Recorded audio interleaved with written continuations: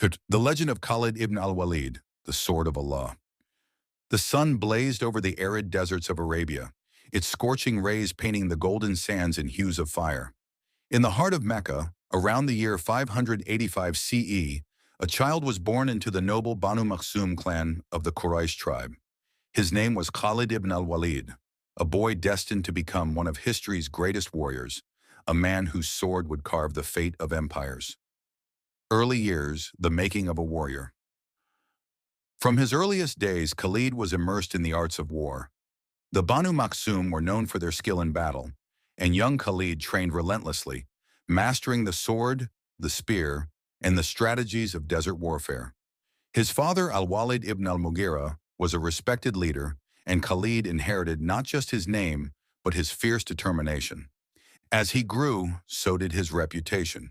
By his teens, Khalid was already a feared horseman, his keen mind always analyzing, always planning. The tribes of Arabia knew his name, whispered in tales of his unmatched skill. But destiny had greater trials in store for him. The rise of Islam and Khalid's resistance. When the Prophet Muhammad began preaching the message of Islam, the Quraysh, the ruling tribe of Mecca, saw it as a threat. Khalid, loyal to his clan, stood against the Muslims. At the Battle of Uhud in 625 CE, his brilliance as a tactician nearly turned the tide against the Muslims. Leading the Quraysh cavalry, he outflanked the Muslim ranks, causing chaos and forcing a retreat. Yet despite his victories, Khalid was not a man driven by blind hatred. He observed the Muslims closely, their discipline, their faith, their unshakable courage. Something stirred within him. The turning point, embracing Islam. In 628 CE, Khalid's life changed forever. After the Treaty of Hudaybiyah, he found himself drawn to the message of Islam. The Prophet Muhammad's wisdom, the unity of the Muslims, it all resonated with him. He rode to Medina and declared his faith before the Prophet himself. The Prophet welcomed him warmly, bestowing upon him the title Saifullah, the sword of Allah. Khalid's heart burned with a new purpose. No longer would he fight for tribal pride. Now he would fight for the sake of Allah. The sword unleashed, Khalid's first battles for Islam. His first major test came swiftly. At the Battle of Mu'tah, the Muslims faced a Byzantine force vastly outnumbering them. When the Muslim commanders fell, Khalid took charge. With cunning maneuvers, he saved the army from annihilation, retreating in perfect order.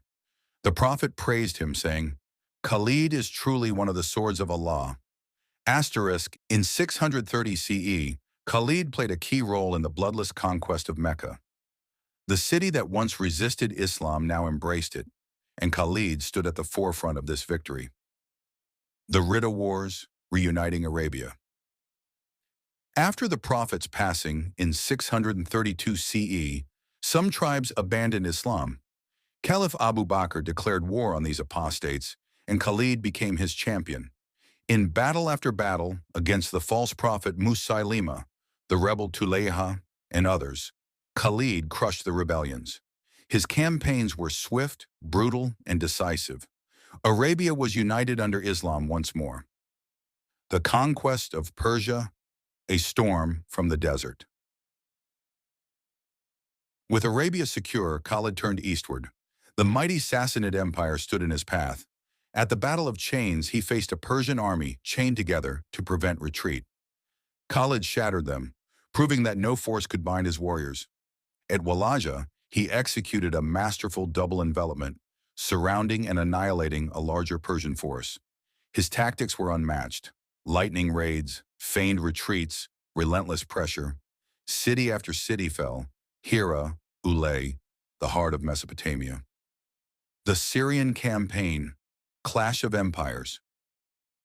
But Khalid's greatest challenge lay in the west. The Byzantine Empire, the superpower of its age, marched to crush the Muslims. Khalid was summoned to Syria. In a legendary forced march across the desert, he led his army through waterless wastes, appearing like a mirage before the stunned Byzantines. At Ajnadain, he broke their ranks. At Damascus, he conquered through both siege and negotiation. Then came Yarmouk. The battle that would define his legacy. The Battle of Yarmouk, masterstroke of war. August 636 CE, the Byzantines, over 100,000 strong, faced Khalid's 30,000. For days the armies clashed. Khalid's genius shone. He regrouped, adapted, and struck where the enemy least expected. On the final day, he launched a devastating cavalry charge, shattering the Byzantine lines. The empire's grip on Syria was broken forever. The humble general, Khalid's final years.